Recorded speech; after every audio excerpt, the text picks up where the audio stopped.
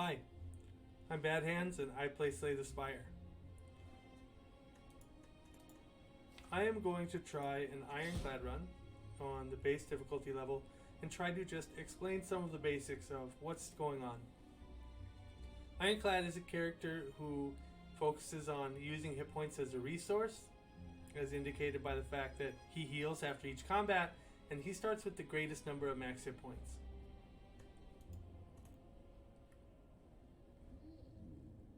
This is Frank the Whale. Frank can offer us a number of benefits to start the game. We can choose a card, we can obtain 100 gold, we can lose 8 max hit points and gain 250 gold, or we can lose our starting relic, that's the burning blood that heals us at the end of every combat, and we can obtain a random boss relic, which is a high variance choice but can be extremely powerful. If we look at our starting deck, we have strikes that deal damage, defends which block damage, and a card called Bash that applies a status to our enemies that makes them take more damage. Generally, adding a card is not a bad option. You get to choose from 3. However, we need to be very, very specific about which cards we add. So we're not going to take that choice. We're actually going to obtain the most value we can and use some of our max hit points as a resource and gain 250 gold so that when we get to shops like here and here, we have enough gold to remove cards.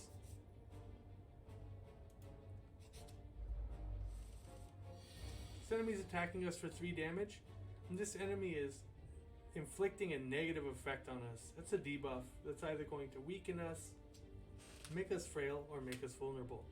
So the first thing we're going to do is block this 3 damage, and then we're going to deal damage to the large slime.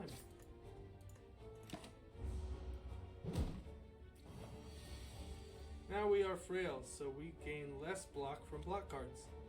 Doesn't matter, they are not attacking us, so we are going to strictly deal damage and try to kill this large slime before it attacks again. That's dead. We are gaining 3 block and going to attack the small slime, and this fight is over. Pick up a potion. Potions provide benefit for you. They're single use. This potion upgrades all the cards in our hand for the rest of combat, which can be very strong. Although because we only have 5 cards in our deck at the end, they all tend to be upgraded. None of these cards provide us with the power we need to complete the run, so we're going to skip. We skip a lot. This is a Jawworm, the first scaling enemy that as the fight goes on, they become stronger and stronger, so you must deal damage to this enemy quickly and end the fight.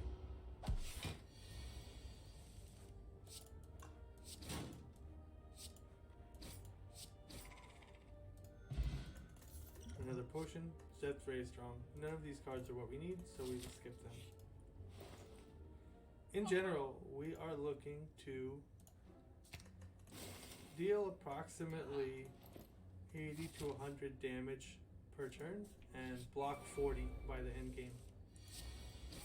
And although that may sound daunting,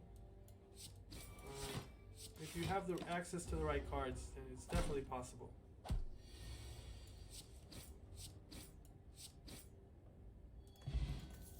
Fruit juice is an interesting potion. It can be used outside of combat to gain maximum hit points.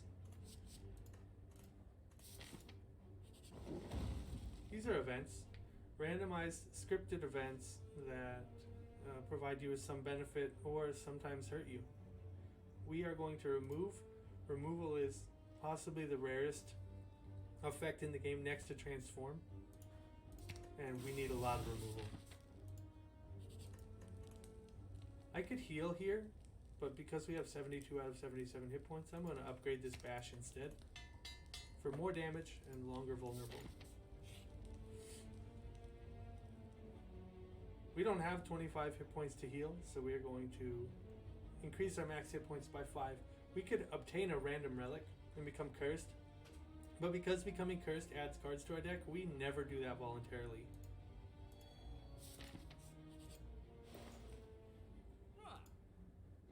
At shops, we always prioritize removal because it's so powerful, and we have so few opportunities to do that. Shops sell relics, cards, and potions. All of them provide some benefit, but we're really looking for some very specific things that will boost our strengths.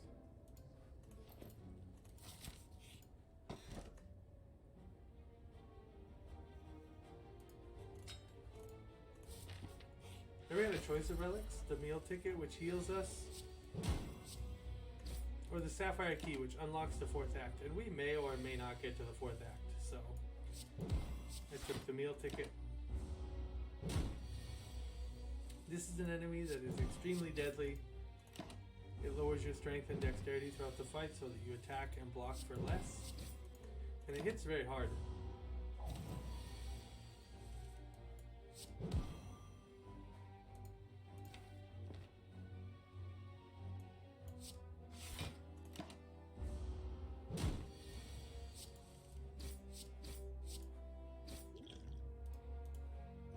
There we used a potion to deal the last bit of damage that we needed to end the fight. This relic is Peace Pipe. You can now remove cards from your deck at rest sites. That means instead of just upgrading cards, which in general we upgrade very few, or resting for hit points, if we have enough hit points and don't need to rest, we can remove a card, which is an extremely powerful effect, especially for minimalist runs.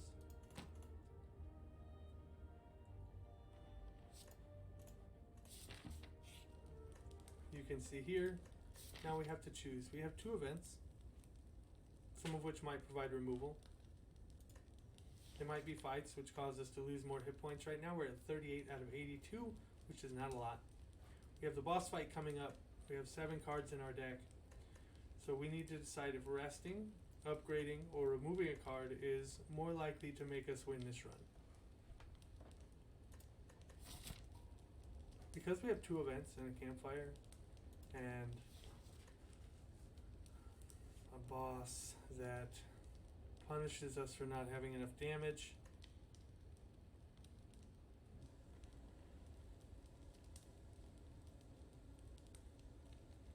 I think I'll take the low variance play and rest.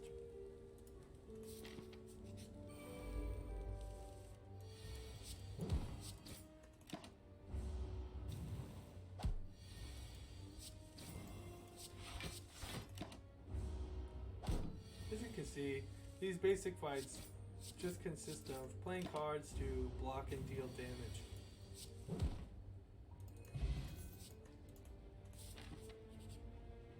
It's an extremely dangerous fight, but the alternative to the fight is becoming cursed, and we can't do that. I'm going to upgrade my strikes and defense so that I can attack and block for more.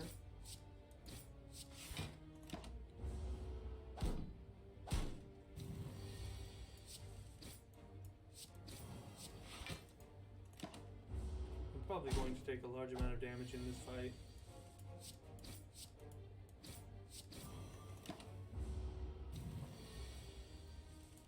Well, we drew the defense that we needed on the proper turn, which is very nice.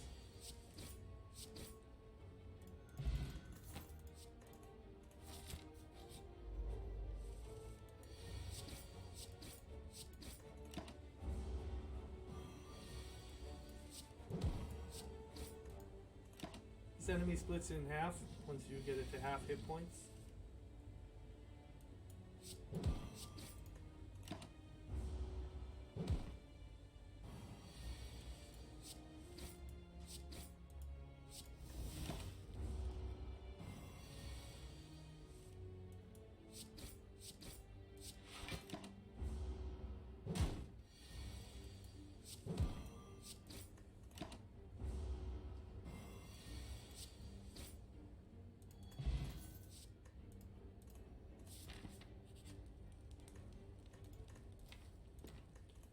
Here I'm going to upgrade a strike so that I have the ability to do a little bit more damage.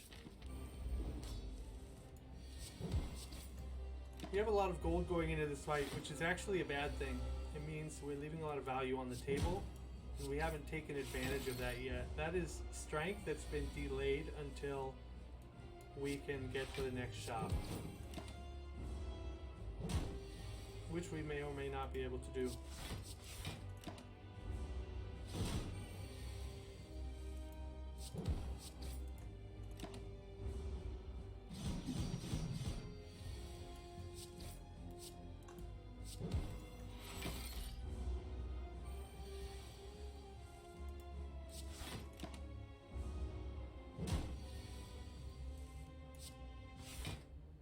And this run ends, as so many do, in defeat, which is fine.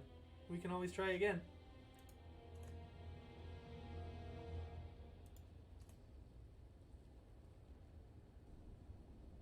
Thanks for watching.